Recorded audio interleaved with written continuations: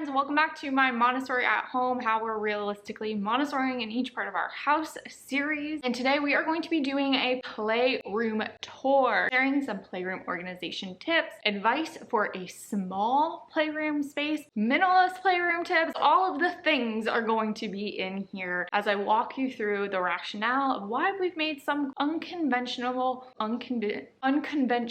house choices. I'm not going to really cover toy rotation in this video. I've done a video on that, as well as a video on our Montessori playroom tour for a 2-year-old, which really covered setting up a play space for babies to young toddlers. This playroom tour is going to be that next step progression, handling 4-year-old, 5-year-old, mixed age kids, and how that playroom space can change. If you guys are new here, my name is Rachel from The Confused Mom. Welcome to my channel. We are finally settling into a house after living in 7 different places for the last year, and that experience really allowed us to see what we did like and worked for us, as well as what really did not work for us with a 2-year-old and a 4-year-old. Because this is going to be such a beast of a video, I will do my best to include chapters in the description box below, as well as links to shop everything. But like I said, we're going to be covering like a lot of stuff in my house right now. And to kick it off, I'm going to start with 3 guiding playroom organization tips we use to inform many of our decisions. Everything in your house has a home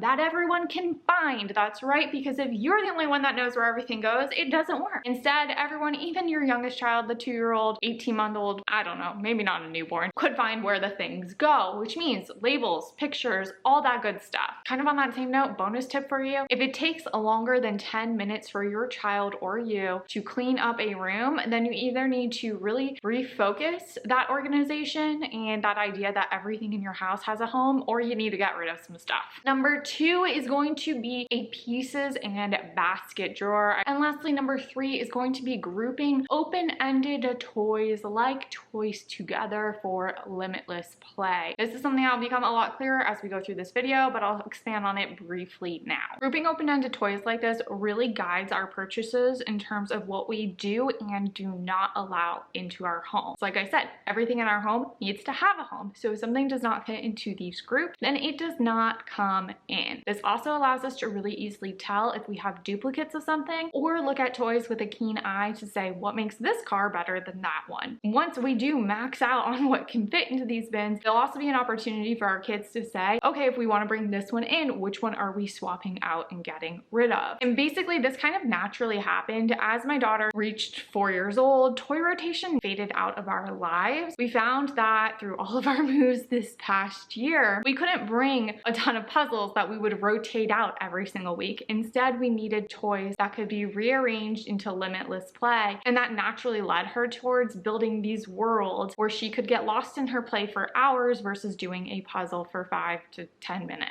We also try to represent the 5 areas you'd find in a Montessori classroom while keeping in mind that this is our home and not a classroom. I do go into more detail on this in my previous Montessori playroom tour if you guys want to check that out next. And the last little note before we jump into all the nitty-gritty details of our playroom tour is a note on creating an unconventional playroom that suits your life instead of societal standards. Because we are actually sitting in my living room right now. That is right. We do not have some grandiose playroom tucked off in our mega mansion. No, we decided to maximize the space we have and made some very unique choices that can be uncomfortable for some families, but they really work for us. I always see people asking for small playroom tips, and in our experience, having a small playroom in the wrong part of the house, you may as well just not have a playroom at all. What we realized through all of the different homes we lived in the last year, everything was just easier when the heart of the home was really built for kids and not for sitting around watching TV, as most of our homes are designed. Our thought process essentially was kids only get about 1 hour TV a day. We hated living somewhere with a giant couch that we constantly stressed over whether or not our kids were messing up. Those things just didn't bring us joy with a 2 and a 4-year-old. So what we decided to do is actually the downstairs of our house has a first floor master. We turned that into my office and a media room. So the TV is tucked away in there, and our living room became the main playroom. The other strange thing we did is we don't have a formal dining room. I've never bought a kitchen table in my entire adult life. Eric and I have been together for going on 13 13 years, we have either lived in a house that came with one or we just lived without one. And we figured, why change that now, especially with 2 little kids. So our art corner is where a typical dining room would go, and it is by far one of the most used areas of our home. One of my best tips for having a mixed age art space is making sure that everything is in easy to move bins, and our art cart on wheels is the first example of that concept. If the kids are acting wild, I can easily remove the triggering art supplies, which does happen with a 2-year-old. And when we first set it out, we often had to wheel it into the laundry room until he could learn how to act with this much stuff around. And within the art cart, we drive that concept of easy to move bins down even further. The top shelf is our most used art supplies, and also the art supplies that we want our 2-year-old to use unsupervised the least. So it's a little bit out of his eye shot for that reason. And here we have our markers, we have our crayons, we have glue. We keep scissors in a zippered bag because he still hasn't figured out how to open that yet. And this has also given him a lot of exposure to scissors where he actually does get a hold of them. I'm not overly concerned at this point because he's used them a ton with me and his sister around. The middle shelf is loose parts. I sometimes keep googly eyes here, but usually you'll always find pipe cleaners, clothespins, popsicle sticks, yarn, all sorts of little just 3D objects. And then the bottom shelf is just paper. And on this hook in a bag over here, I keep loose, like higher quality odds and end paper that will be fun for different things. The next thing is this little IKEA buffet storage unit. On one side, we have a lot of sensory supplies. We have Play-Doh, modeling clay, kinetic sand. We keep our Love Every Place sink here too. 10/10 recommend one of those. We also recently got the KiwiCo pasta making and shapes kit, which is so much fun. It's rated for ages 3 and up, but my 2-year-old loves it too. It also doubles as a lesson in math. We don't have a formal math section in our playroom. We find that just it naturally happens. The process of learning, counting, sequencing, patterns is happening all of the time with a lot of our toys. The other side of the buffet cabinet is just like the adult space. And then the top 2 drawers are more so set for my 4-year-old because again, they're a little bit more out of sight for my 2-year-old. So on one side, we have her language supplies. We have these reusable slips where you can turn any worksheet into a dry erase assignment. So I usually keep 5 to 10 of these pre-filled, ready to go for her in here with the dry erase markers. We also have a wooden letter tracing board. We pull this out a lot as she's trying to write certain letters. She maybe remembers the sound but can't remember what it looks like, so she'll use that as a visual cue and she'll trace it before putting it onto the paper. And we also keep our stamps and some letter games here too.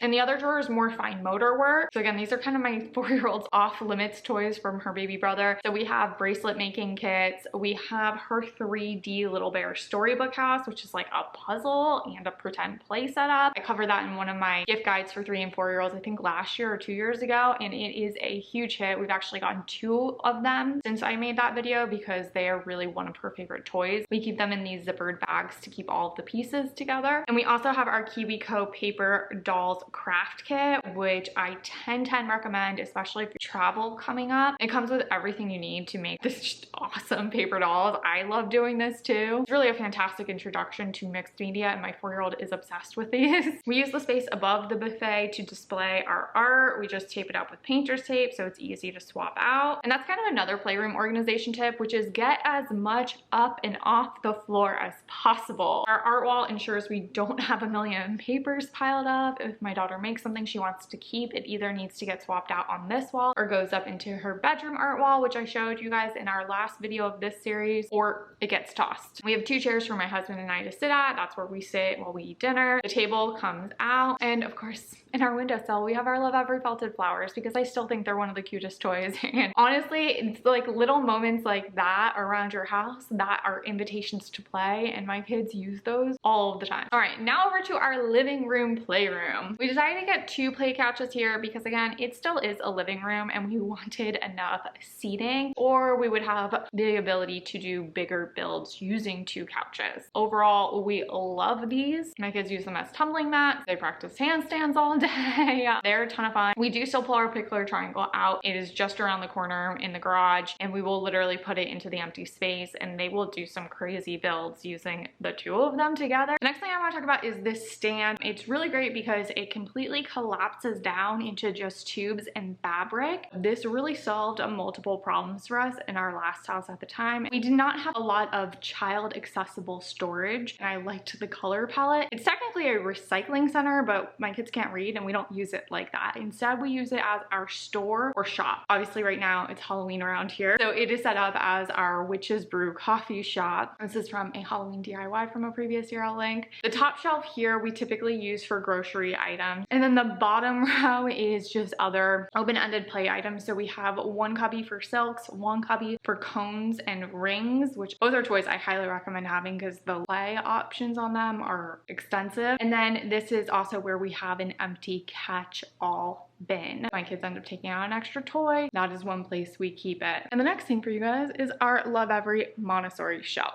And this was an item I greatly missed while we were living in Airbnbs. Storage on this thing is absolutely insane. I will leave a link to my full review of it. And this is where we still keep our toy rotation. We did just start keeping books in here, so I don't know for sure if we're going to leave that. I typically keep 1 to 2 puzzles for my 2-year-old to do. So right now we have the twist puzzle and the mosaic push button puzzle, both from Love Every. We do always keep the ball run out here. It's one of those toys that my 2-year-old just always uses, and he's been really into this KiwiCo lockbox lately, which he uses for his turtle's house, and he does not want me to put away for now. They have not wanted me to put away the micro soap from our Love Every play kit. I forget which one that is. I'll link it since we got it. And this is another discontinued Love Every item that I told you guys I was really bummed they discontinued it, and I highly recommend. I'll link a dupe for you guys below, but it's basically like a plastic toolbox that they keep their stickers in, and it gets used to this day. I've always raved about that item. Still holding strong after like 3.5 years. And then the inside we keep toys that are better suited for my 2-year-old's toy rotation. Over here we have a basket of loveys, and we have a little pretend kitchen as well as a table back there. And the whole idea here was the kids could go grocery shopping at the store, bring it home to the kitchen, and then serve up a meal and use the loveys for a tea party, or they put the loveys out on the couches and do different plays for them, whatever it really is. That's kind of how all of that stuff ends up working together. Back here is actually a STEM KiwiCo easel. This thing's super cool. So one side of it is actually just your standard easel chalkboard, or you can flip it around for a dry erase board. But then this other side here with all of the pegs is actually a marble run. We do keep the pieces for it because the marbles are small in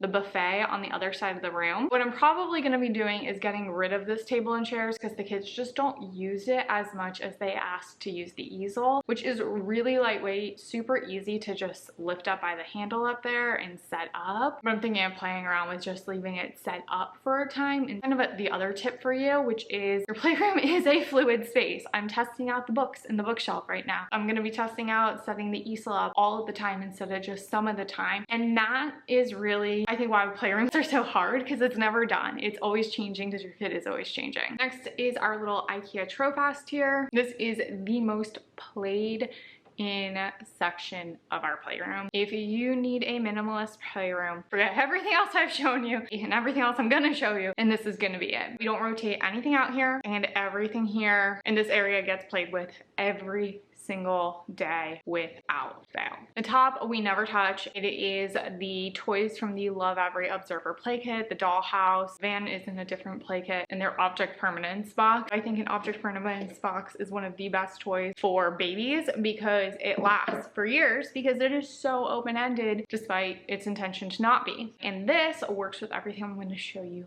down here. All of these bins are labeled except for one, and I'll talk about why, and that's our catch-all bin like we talked about. But you'll notice in this one and in the next area I'm going to show you, these catch-all bins are themed. One of my suggestions as part of everything in your house has a home and everybody knows where that home is that everything is labeled with pictures for our non-readers. This catch-all bin is literally just a catch-all of random toys. We have walkie-talkies and things like that. So those are toys that we just don't know where to put, but they're out. Next we have a bin of cars, followed by a bin of balls. Down below we have our doll bin. So this has actual dolls as well as doll accessories, magnetic blocks and tiles, and trains. As you can see, all of this stuff works together. We can take the doll stuff out, use it up here. My son uses the cars and balls up there too. They can build stuff with the magnetic blocks and the trains and then use the balls, cars, and doll stuff. My daughter has built parking garages, houses. They have literally built so much much stuff. So if you do nothing else, if you are like, I want to get rid of all my toys and I don't know what to pare it down to, in my experience working with kids going on over 20 years now in some capacity, this is all you need. This is it right here. Cars, balls, dolls, building blocks of some sort, trains. You're done. As far as the trains go, I do suggest having a battery operated car train as well. But that's it. Your minimalist playroom right there. Create a corner of your home. You don't need a full done playroom, and that's gonna be your perfect starting point. We also have my son's little indoor ride-on scooter and a little walking dog they like.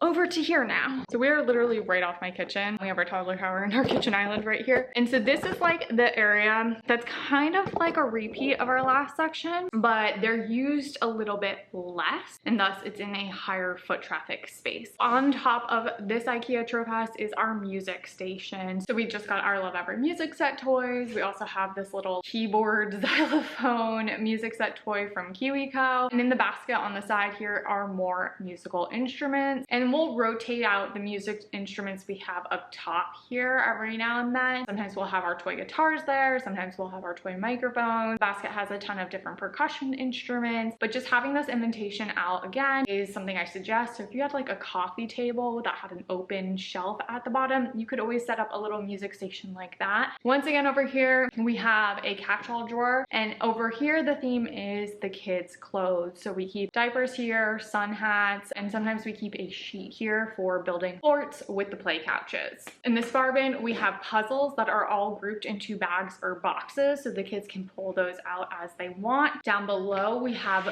big cars. These are really like standalone toys, battery powered, remote control cars, pull cars, things like that. And then these two bins here are both wooden blocks. So this one's gonna be your traditional wooden block set. And we have in this one more of like this wooden rainbow stacker that comes with these semicircle and ramp pieces and dolls. Sometimes my kids will be like, I'm kind of over the bag tiles and trains. And so they'll come and grab these to use with the other items over there. And we also have our Love Every Village and pathways, so they'll use this instead of train tracks sometimes. I'd say this is more of like our Waldorfy organic felts and woods materials, whereas over there is a lot more plastic stuff. Either way, neither is better or worse than the other. I do find kids like magnetic blocks more, but if you only ever gave your kids wooden blocks, they would know nothing different and they would use these all the time. I just find that these fall down a lot easier and can be a little bit more frustrating for them. My daughter will literally spend hours building wooden block worlds with these two bins. She just tends to do it when the 2-year-old is not around, whereas that stuff's a little bit more 2-year-old friendly because they're kind of like demolition monsters at that age. To the backyard. I'm not actually gonna go out to the backyard because it's really hot. We typically do not do anything to our backyard. However, where we live now, aside from not believing in libraries, they also don't believe in playgrounds, which meant that we had to start getting stuff for our backyard. One of my all-time favorite toys in preschool at the playground was a geodesic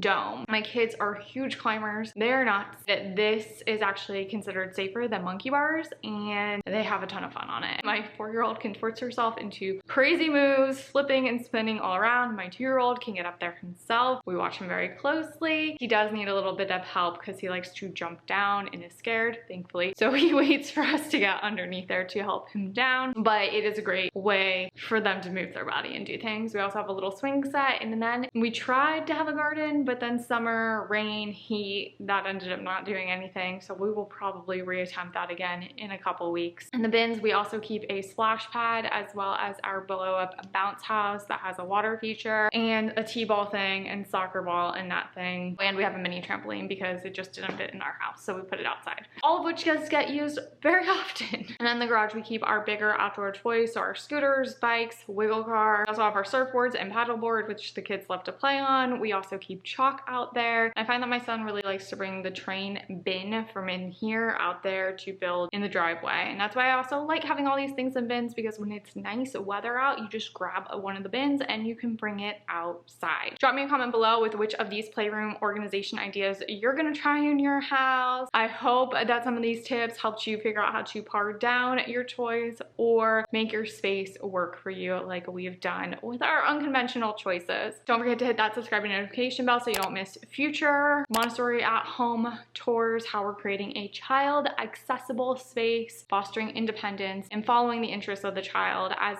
well as toy reviews coming up for the holidays. In the meantime, be sure to go ahead and check out past toy reviews. Be sure to go ahead and check out past room tours. As always, my name's Rachel from The Confused Mom. Have a good one.